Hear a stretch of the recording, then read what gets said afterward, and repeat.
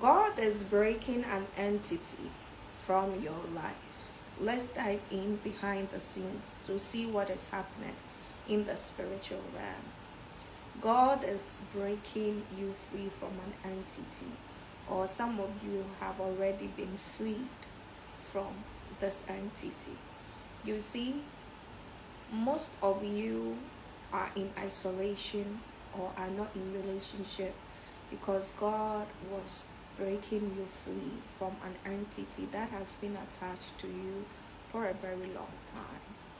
So most of you get to meet individuals who are attached to this, or this entity get attached to.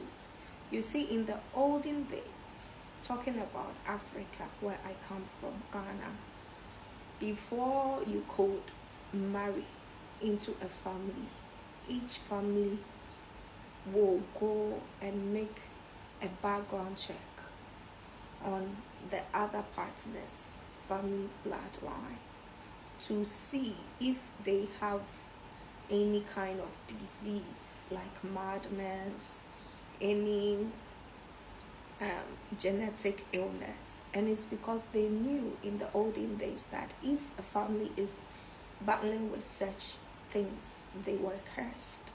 And that's a hidden secret most people are not aware of.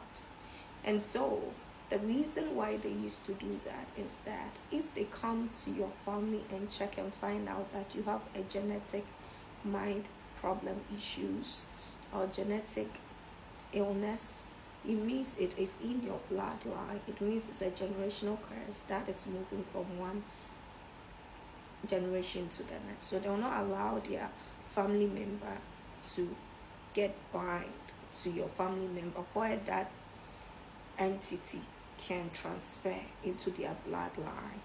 But right now, as the generation is growing, they've letting go of all these cultures which used to protect individuals. And so what most of you are not aware of is, I'm coming, most of you are not aware of is that there was an entity that have been chasing you for a long period of time, and that entity attached itself to individuals who are not healed. When I say they are not healed, you see, there are certain individuals who have been through abuse. Maybe growing up, they were not treated right. They were rejected by maybe a family member, a mother or a father, or even they've had a certain experience in relationship where they were rejected. But instead of them to deal with the pains, they did not deal with the pains, and they've harbored the pain within them.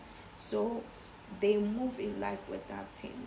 And when an entity wants to attach itself to someone, it looks for individuals who have this harbored pain and hatred within them, and then they can use them. So what happens is, most of you get into relationship, and then the people you're dating tend to target you in the sense that these individuals have insecurities within them based on the trauma they experience in their lives.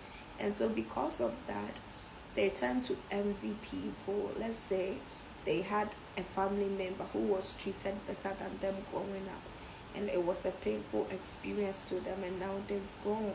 And then when they meet you, you have certain qualities about you that remind them of that family member, or maybe a mother who used to torture them. What happens now is that they are triggered, and their insecurity pops out, and so they decide that they are going to fuck your life over because they could not serve the pain to the person who did that to them, and everything within them remind them of who that person is by being around you. And so that entity immediately jump into them because of the hatred. That's why the Bible asks us to learn unforgiveness, because if you don't deal with the problem and forgive yourself, you tend to hurt people who did not cause the pains to you. So it is hurt people. And this entity operates through the spirit of rejection. And so when that person comes into your life and then starts acting behind the scenes, that spirit works with this quality where they are two-faced. So they act so cool, like they like you, they love you in front of you, and behind the scenes they work against you. That's how the spirit operates. And so you have a partner or a friend or a family member who will act like they cherish you, they like you, but behind the scenes they sabotage you. So most of you have been experiencing this kind of people in relationships, where the moment you meet them, an entity will hook itself to them, and that person maybe will start rejecting you because they are triggering your rejection wounds. That means you have a spirit of rejection on your life. And so God has taken most of you into isolation, where He's helping you to heal that rejection issue you have, where you meet individuals in relationship and people in friendship, and they target you by trying to make you feel not needed and reject you, so that your rejection wounds will make you feel not enough, and then it will crumble or it will crush your spirit. And so most of you are behind the scenes being isolated because God is working on your rejection wounds. So some of you have been able to detach from that spirit, where now you have been able to have this detached energy. So now you can just detach. When you meet somebody and you see the red flag, you can detach. That spirit has no power on you.